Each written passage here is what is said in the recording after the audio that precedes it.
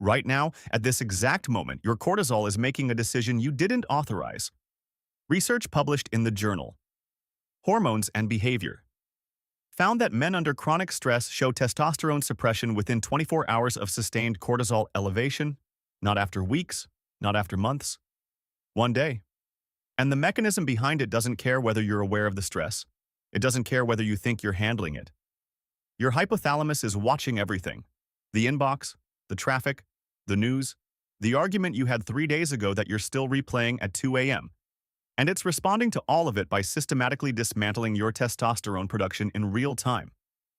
That brain fog you're chalking up to bad sleep, that flat, hollow feeling you keep pushing through, that drive, physical, sexual, competitive, that used to come easy but now has to be summoned like it's reluctant.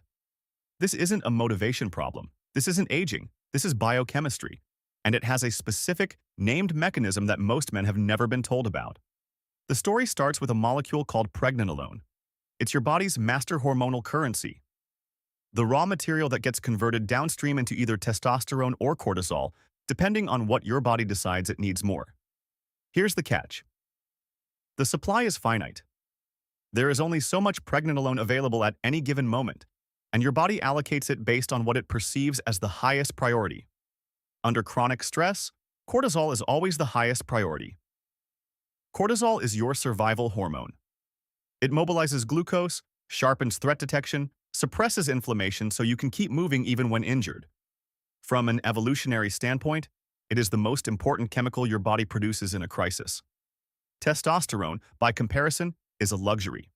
It builds muscle, drives reproduction, fuels ambition, all functions that become secondary when the body believes a predator is nearby.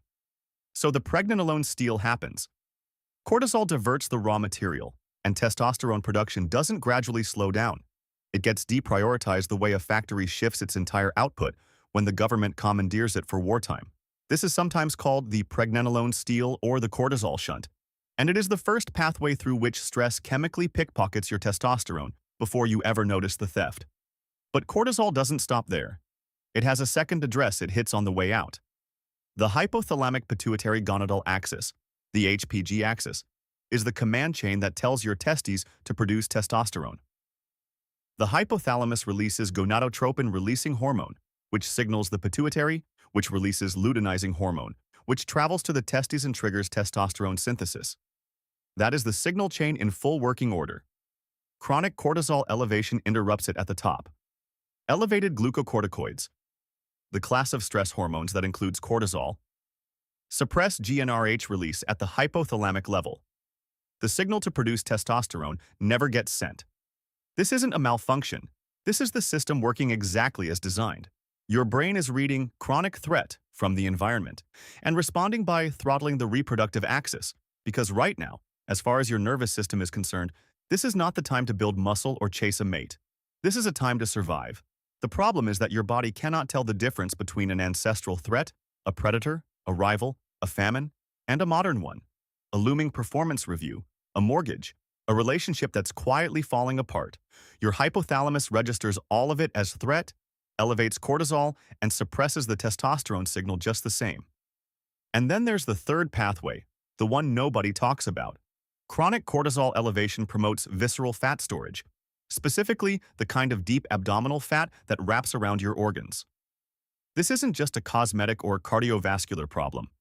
Visceral fat contains high concentrations of an enzyme called aromatase. Aromatase converts testosterone directly into estrogen. So the cascade looks like this. Chronic stress elevates cortisol, which promotes visceral fat accumulation, which increases aromatase activity, which actively converts the testosterone you do manage to produce into a hormone, pulling in the opposite hormonal direction. The result is a man who is simultaneously experiencing elevated estrogen and suppressed testosterone, which explains not just the low drive and the brain fog, but the emotional sensitivity, the belly that won't move no matter what he does, and the general sense that his body has stopped cooperating with his intentions. This isn't rare. A 2022 analysis comparing men's baseline cortisol levels to data collected 40 years earlier found significant generational elevation, suggesting that the average man today is operating with a chronically activated stress response as his baseline, not occasional acute stress. baseline. And baseline elevated cortisol means the pregnenolone is getting stolen all the time. The HPG axis is being suppressed all the time. The aromatase is running all the time. The theft isn't a burglary, it's a standing order. And here's what makes it nearly invisible. Most of the cortisol triggers aren't the big obvious ones. Men tend to assume that their stress response is proportional to the severity of what's bothering them. It isn't. Your nervous system doesn't grade threats on a scale. Poor sleep is a cortisol trigger. Not because it feels stressful, but because sleep deprivation elevates cortisol within 24 hours of onset, independent of whether you feel anything. Blue light exposure in the evening suppresses melatonin and delays the nocturnal cortisol decline, which means your morning cortisol peak, the one that's supposed to wake you up and then fall, starts the day already elevated. Social media exposure activates the same low-grade vigilance circuits that responded to social threat in tribal environments. Financial anxiety triggers a sustained cortisol drip, even when there's no immediate financial crisis. The mere presence of unresolved debt or uncertainty keeps the threat system idling hot. You are not running from one lion. You are running from 20 stimuli simultaneously, each one individually minor, but collectively telling your nervous system that the world is dangerous and resources are scarce, and this is not a moment for testosterone. This is a moment to stay alert, stay ready. Keep the cortisol elevated just in case. This is why the guy who comes back from 2 weeks in the mountains looks different. Not just rested, different. His posture has changed, his eyes are clearer, his energy has a quality to it that isn't manufactured. That's not the mountains. That's what happens when the threat signal finally goes quiet long enough for the hypothalamus to stop suppressing the HPG axis. That's the body being allowed to return to its hormonal baseline. The testosterone was there the whole time. It was just being blocked by a nervous system that had no off switch. So what do you actually do about it? Not what supplements you take. Because this is not a deficiency problem, it's a signaling problem. You are not low in testosterone because you're missing a nutrient. You're low because a biological threat detection system that evolved for a radically different environment is running constantly, and the way you stop it is by giving it genuine evidence that the threat has passed. The first lever is the most powerful and the least used: deliberate downregulation of the autonomic nervous system in the morning.